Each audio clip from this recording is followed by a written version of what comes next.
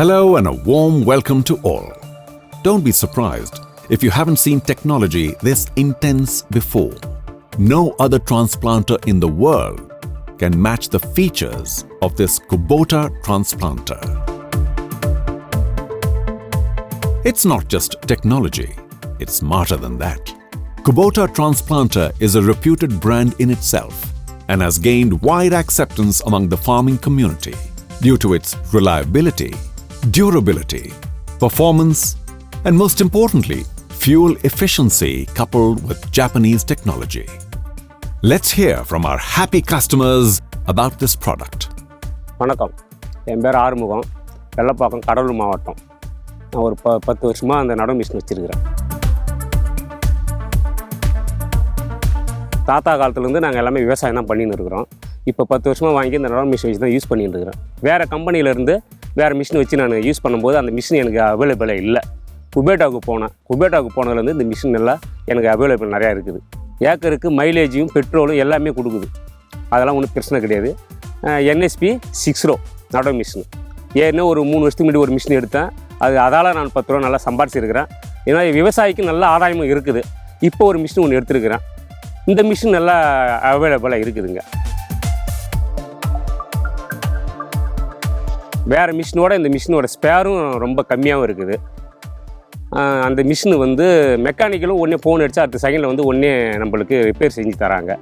அதனால் எந்த கொல்லிக்கு போனாலும் நம்மளுக்கு இதெல்லாம் வந்து 10 ரூபா லாபமாக தான் கிடைக்கிது. நான் நஷ்டம் இது வரைக்கும் யாரும் சொன்னதில்லை. இந்த மிஷினால் எந்த இடத்துக்கு போனாலும் இந்த குபேட்டா மண்டி வந்தால் தான் எனக்கு நட்டு கொடுக்கணுன்றாங்க. இதால் தான் 10 ரூபா எனக்கு லாபம் கிடைக்கிது. இதால் 10 ரூபா அவங்களுக்கும் ஆதாயமாக இருக்குது. அதனால் எந்த பார்ட்டி வந்தாலும் இந்த மிஷின் தான் வச்சு நட சொல்கிறாங்க. அதனால் இந்த மிஷின் தான் வச்சு நட்டுருக்கிறேன். 15 வருஷமாக அந்த தொழில் பண்ணின்னு வரேன். இதுக்கு முன்னாடி வேறு கம்பெனி மிஷின் வச்சுருந்தோம். அதில் வந்து ஸ்பேரோ எதுவுமே ரேட் அதிகமாக இருக்குது. எதுவும் எனக்கு வந்து நஷ்டத்தை தான் கொடுத்தது அந்த கம்பெனி. நான் குபேட்டாவுக்கு மாறினேன். குபேட்டா NSPW6 அந்த நடவு மிஷின் வாங்கினேன். ஏற்கனவே ஒரு மிஷின் வாங்கினேன். எங்கே போய் வெளியில் போய் நட்டாலும் எனக்கு குபேட்டா தான் வரணும்னு சொல்கிறாங்களே கண்டி அந்த மிஷின்லாம் யாரும் கேட்கல.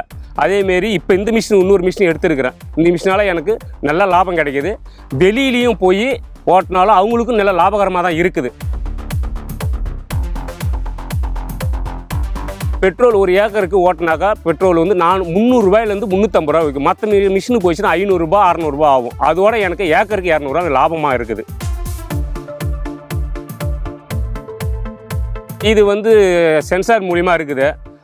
அங்கங்கேயும் அது ஆட்டோமேட்டிக்காக திரும்பும்போது டிரைவர் ரொம்ப யூஸ்ஃபுல்லாக இருக்குது. இது டிரைவருக்கு ரொம்ப கஷ்டம் கிடையாது.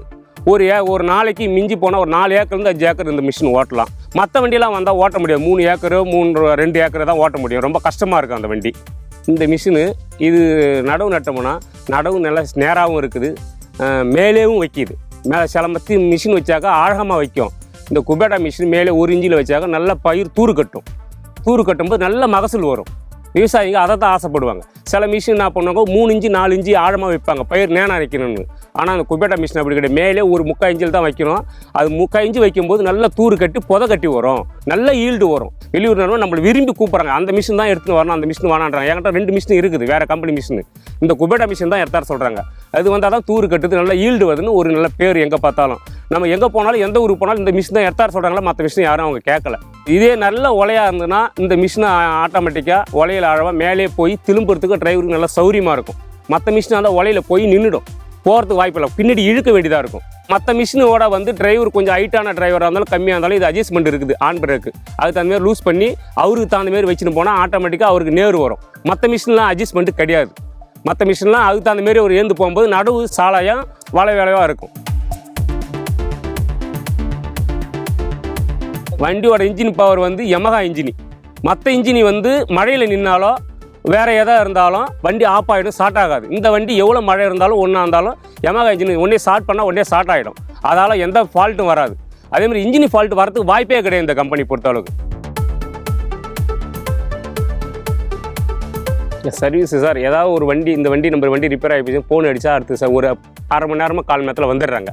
விவசாயிக்கு நமக்கு எந்த பிரச்சனை இல்லாமல் இருக்குது. மற்ற கம்பெனியோட இது எனக்கு வந்து ரொம்ப யூஸ்ஃபுல்லாக இருக்குது. வரும்போது ஸ்பேரோடு வந்துடுறாங்க. அதுவும் நம்ம இங்கேருந்து அலைய வேண்டிய அவசியமே கிடையாது.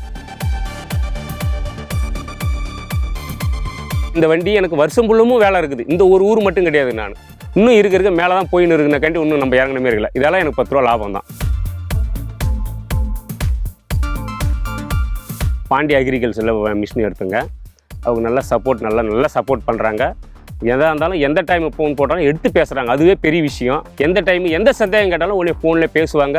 உடனே நம்ம சொன்ன உடனே ஒரு அடுத்த செகண்டில் கொஞ்சம் நாயில் அனுப்பிச்சிடுவாங்க.